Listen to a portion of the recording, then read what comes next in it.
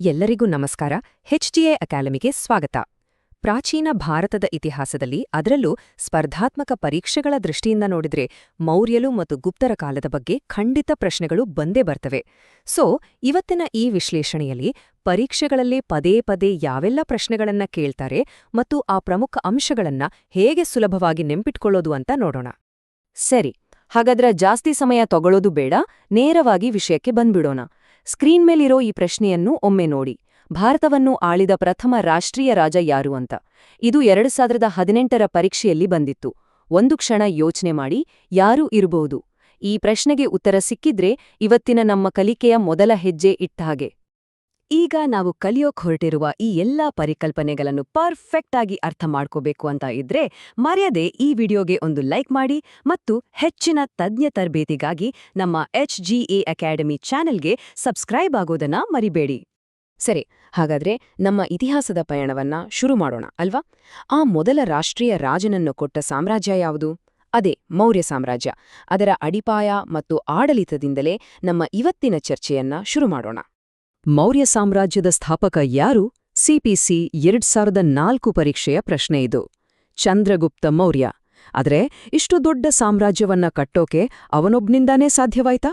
ಖಂಡಿತ ಇಲ್ಲ. ಅವನ ಹಿಂದೆ ಒಬ್ಬ ಗ್ರೇಟ್ ಮೈಂಡ್ ಇಟ್ಟು, ಅವರೇ ಚಾಣಕ್ಯ. ಚಾಣಕ್ಯನ ಸಹಾಯದಿಂದಲೇ ಚಂದ್ರಗುಪ್ತ ಮೌರ್ಯ ನಂದರ ದುರಾಡಳಿತವನ್ನ ಕೊನೆಗೊಳಿಸಿದ್ದು. ಇದು DSI 2018 ಪರೀಕ್ಷೆಯಲ್ಲಿ ಬಂದಿದ್ದ ಪ್ರಶ್ನೆ. ಹಾಗೆಯೇ ಮೆಗಾಸ್ಥನೆಸ್ ಬರ್ದ ಇಂಡಿಕಾ ಅನ್ನೋ ಪುಸ್ತಕದಿಂದ ಕೂಡ ಮೌರ್ಯರ ಬಗ್ಗೆ ನಮ್ಗೆ ತುಂಬಾ ಮಾಹಿತಿ ಸಿಗುತ್ತೆ. ಇದರ ಬಗ್ಗೆನೂ PSI INT 2016ರಲ್ಲಿ ಕೇಳಲಾಗಿದೆ. ಈಗ ಚಾಣಕ್ಯನ ವಿಷಯಕ್ಕೆ ಬಂದ್ರೆ, ವಿದ್ಯಾರ್ಥಿಗಳಿಗೆ ಆಗೋ ಒಂದು ಕಾಮನ್ ಕನ್ಫ್ಯೂಷನ್ ಅಂದ್ರೆ ಅವನ ಹೆಸರುಗಳು.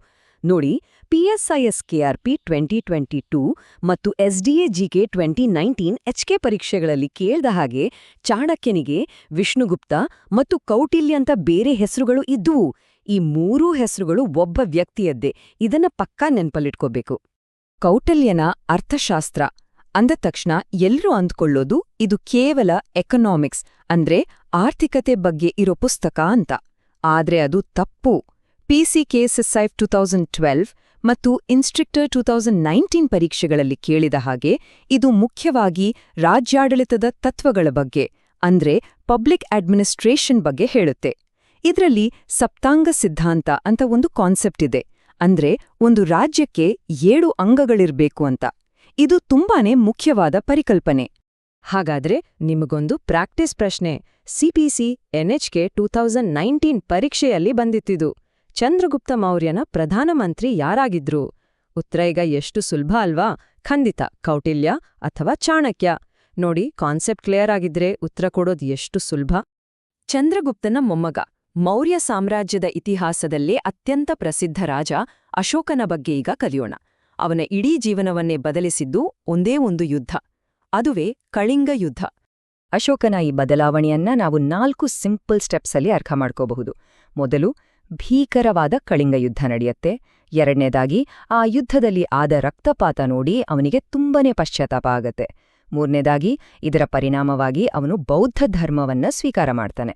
ಮತ್ತು ಕೊನೆಯದಾಗಿ, ಯುದ್ಧವನ್ನ ಬಿಟ್ಟು ಧಮ್ಮ ಅನ್ನೋ ಒಂದು ನೀತಿಯನ್ನ ಪ್ರಚಾರ ಮಾಡಕ್ಕೆ ಶುರು ಮಾಡ್ತಾನೆ.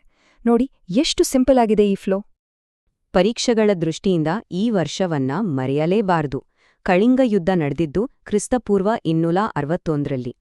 PSI/RSI 2014 ಮತ್ತು PSI ವೈರ್ಲೆಸ್ 2020 ಪರೀಕ್ಷೆಗಳಲ್ಲಿ ಈ ಪ್ರಶ್ನೆ ಮತ್ತೆ ಮತ್ತೆ ಬಂದಿದೆ. ಈ ದಿನಾಂಕ ಪಕ್ಕಾ ನೆನ್ಪಿರ್ಲಿ. ಇಲ್ಲಿ ಆಕಾಂಕ್ಷಿಗಳು ಮಾಡುವ ಒಂದು ಸಾಮಾನ್ಯ ತಪ್ಪನ್ನ ಹೇಳ್ತೀನಿ ಕೇಳಿ. ಕಳಿಂಗ ಯುದ್ಧ ಎಲ್ಲರಿಗೂ ನೆನ್ಪಿರುತ್ತೆ. ಆದ್ರೆ ಅಶೋಕನನ್ನ ಬೌದ್ಧ ಧರ್ಮಕ್ಕೆ ಮತಾಂತರಗೊಳ್ಳುವಂತೆ ಪ್ರೇರೇಪಿಸಿದ ಬೌದ್ಧ ಸನ್ಯಾಸಿ ಯಾರು ಅಂತ ಕೇಳಿದ್ರೆ ಕನ್ಫ್ಯೂಸ್ ಆಗ್ತಾರ.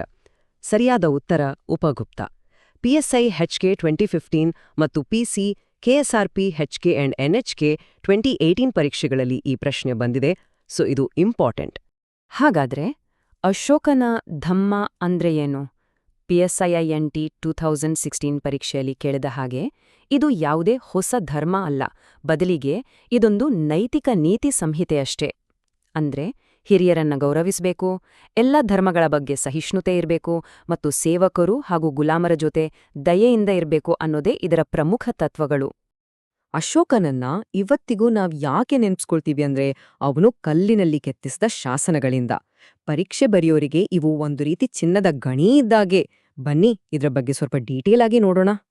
ಒಂದು ಇಂಟ್ರೆಸ್ಟಿಂಗ್ ವಿಷಯ ಗೊತ್ತಾ? ಅಶೋಕನ ಹೆಚ್ಚಿನ ಶಾಸನಗಳಲ್ಲಿ ಅವನ ಹೆಸರು ಅಶೋಕ ಅಂತ ಇಲ್ಲವೇ ಇಲ್ಲ. ಬದಲಿಗೆ ದೇವನಾಂಪ್ರಿಯ ಪ್ರಿಯದರ್ಶಿ ಅಂದ್ರೆ ದೇವರಿಗೆ ಪ್ರಿಯನಾದವನು ಅಂತ ಉಲ್ಲೇಖಿಸಲಾಗಿದೆ. ಇದು PSI KS 2016, RSI 2018 ಹೀಗೆಷ್ಟೋ ಪರೀಕ್ಷೆಗಳಲ್ಲಿ ಬಂದಿರೋ ಪ್ರಶ್ನೆ. ಹಾಗಾದ್ರೆ ಅಶೋಕ ಅನ್ನೋ ಹೆಸರು ಮೊದಲು ಎಲ್ಲಿ ಸಿಕ್ತು? ಅದು ನಮ್ಮ ಕರ್ನಾಟಕದ ರಾಯಚೂರಿನ ಮಸ್ಕಿ ಶಾಸನದಲ್ಲಿ. ಅಶೋಕನ ಶಾಸನಗಳಲ್ಲಿ ಮುಖ್ಯವಾಗಿ 2 ಲಿಪಿಗಳನ್ನ ಬಳಸಿದ್ದಾರೆ, ಬ್ರಾಹ್ಮಿ ಮತ್ತು ಖರೋಷ್ಠಿ. FTA 2015 ಪೇಪರ್ನಲ್ಲಿ ಕೇಳಿದ ಹಾಗೆ ಇದನ್ನ ನೆನ್ಪಿಟ್ಕೊಳ್ಳೋಕೆ ಒಂದು ಸಿಂಪಲ್ ಟ್ರಿಕ್ ಇದೆ. ಬ್ರಾಹ್ಮಿ ಲಿಪಿ ನಾವು ಕನ್ನಡ ಬರೆಯೋ ಥರನೇ ಎಡದಿಂದ ಬಲಕ್ಕೆ, ಆದ್ರೆ ಖರೋಷ್ಠಿ ಲಿಪಿ ಉಲ್ಟಾ, ಅಂದ್ರೆ ಬಲದಿಂದ ಎಡಕ್ಕೆ ಉರ್ದು ಬರೆಯೋ ಹಾಗೆ. ಇದು ಹೆಚ್ಚಾಗಿ ವಾಯುವ್ಯ ಭಾರತದಲ್ಲಿ ಬಳಕೆಯಲ್ಲಿತ್ತು. ನಾವು ಕರ್ನಾಟಕದ ಪರೀಕ್ಷೆ ಬರೆಯುತ್ತಿರೋದ್ರಿಂದ ನಮ್ಮ ರಾಜ್ಯದಲ್ಲಿ ಸಿಕ್ಕಿರುವ ಅಶೋಕನ ಶಾಸನಗಳ ಜಾಗಗಳು ತುಂಬಾನೇ ಇಂಪಾರ್ಟೆಂಟ್. JLAW 2017 ಮತ್ತು PC, KSRP and IRB HK 2018 ಪರೀಕ್ಷೆಗಳಲ್ಲಿ ಕೇಳಿದ ಹಾಗೆ ರಾಯಚೂರಿನ ಮಸ್ಕಿ, ಚಿತ್ರದುರ್ಗದ ಬ್ರಹ್ಮಗಿರಿ, ಹಾಗೆಯೇ ಉದೆಗೋಳಂ ಮತ್ತು ನಿಟ್ಟೂರು ಇವು ಪ್ರಮುಖ ಸ್ಥಳಗಳು. ಅಶೋಕನ ಎಲ್ಲಾ ಶಾಸನಗಳಲ್ಲಿ 13ನೇ ಬೃಹತ್ ಶಿಲಾಶಾಸನಕ್ಕೆ ಒಂದು ವಿಶೇಷ ಸ್ಥಾನ ಇದೆ. ಯಾಕಂದ್ರೆ PSI ವೈರ್ಲೆಸ್ 2015 ಪರೀಕ್ಷೆಯಲ್ಲಿ ಕೇಳಿದ ಹಾಗೆ ಈ ಶಾಸನ ಕಳಿಂಗ ಯುದ್ಧದ ಭಯಾನಕತೆ ಬಗ್ಗೆ ಮತ್ತು ಅದರಿಂದ ಅಶೋಕನಿಗಾದ ಪಶ್ಚಾತ್ತಾಪದ ಬಗ್ಗೆ ತುಂಬಾನೇ ಸ್ಪಷ್ಟವಾಗಿ ವಿವರಿಸುತ್ತೆ. ಸರಿ, ಮೌರ್ಯರ ನಂತರ ಏನಾಯ್ತು? ಭಾರತದ ರಾಜಕೀಯ ಚಿತ್ರಣದಲ್ಲಿ ಮತ್ತೆ ಕೆಲವು ಬದಲಾವಣೆಗಳಾದ್ವು. ಈ ಸಮಯದಲ್ಲಿ ಬಂದ 2 ಪ್ರಮುಖ ರಾಜವಂಶಗಳು ಅಂದ್ರೆ ಕುಶಾಣರು ಮತ್ತು ಗುಪ್ತರು. ಪರೀಕ್ಷೆಗೆ ಬೇಕಾದ ಮೋಸ್ಟ್ ಇಂಪಾರ್ಟೆಂಟ್ ಪಾಯಿಂಟ್ಸ್ ಅನ್ನ ಈಗ ಫಟಾಫಟ್ ಅಂತ ನೋಡ್ಬಿಡೋಣ. ಈ ಟೇಬಲ್ ಅನ್ನ ಒಂದು ಸ್ಕ್ರೀನ್ಶಾಟ್ ಆದ್ರೂ ತಗೊಳ್ಳಿ, ತುಂಬಾ ಯೂಸ್ ಆಗುತ್ತೆ. ಮೊದಲು ಕುಶಾಣರು. ಅವರಲ್ಲಿ ಪ್ರಮುಖ ರಾಜ ಕನಿಷ್ಕ. ಇವನ ಬಗ್ಗೆ 3 ಪಾಯಿಂಟ್ಸ್ ನೆನಪಿಡಿ. 1. ಶಕಯುಗವನ್ನ ಶುರು ಮಾಡಿದ್ದು. 2. ಗಾಂಧಾರ ಕಲೆಗೆ ಪ್ರೋತ್ಸಾಹ ಕೊಟ್ಟಿದ್ದು. 3. ಮತ್ತು ಅತಿ ಮುಖ್ಯವಾಗಿ ಭಾರತದಲ್ಲಿ ಚಿನ್ನದ ನಾಣ್ಯಗಳನ್ನ ದೊಡ್ಡ ಪ್ರಮಾಣದಲ್ಲಿ ಚಲಾವಣೆಗೆ ತಂದಿದ್ದು. ಇನ್ನು ಗುಪ್ತರು. ಸಮುದ್ರಗುಪ್ತನನ್ನ ಅವನ ಯುದ್ಧ ವಿಜಯಗಳಿಗಾಗಿ ಭಾರತದ ನೆಪೋಲಿಯನ್ ಅಂತ ಕರೀತಾರೆ. ಕೊನೆಯದಾಗಿ 2ನೇ ಚಂದ್ರಗುಪ್ತ. ಅವನ ಬಿರುದು ವಿಕ್ರಮಾದಿತ್ಯ, ಮತ್ತೆ ಅವನ ಆಸ್ಥಾನದಲ್ಲಿದ್ದ ಮಹಾಕವಿಯಾರು? ಕಾಳಿದಾಸ. ನೋಡಿ, 1ನೇ ಟೇಬಲ್ನಲ್ಲಿ 16 ಪ್ರಶ್ನೆಗಳಿಗೆ ಉತ್ತರ ಸಿಗುತ್ತೆ. ನೋಡಿ, ನಾನಾಗ್ಲೇ ಹೇಳಿದಾಗೆ ಇದು ಅತಿ ಹೆಚ್ಚು ಬಾರಿ ಪುನರಾವರ್ತನೆಯಾದ ಪ್ರಶ್ನೆ. PC KSRP 2002, ವಾರ್ಡರ್ 2012, CPC 2016 ಹೀಗೆ ಹಲವಾರು ಪರೀಕ್ಷೆಗಳಲ್ಲಿ ಕೇಳಿದ್ದಾರೆ. ಭಾರತದ ನೆಪೋಲಿಯನ್ ಎಂದು ಯಾರನ್ನು ಕರೆಯುತ್ತಾರೆ? ಈಗ ನಿಮ್ಗೆ ಉತ್ತರ ಪಕ್ಕಾ ಗೊತ್ತಿದೆ ಇಲ್ವಾ? ಸಮುದ್ರಗುಪ್ತ.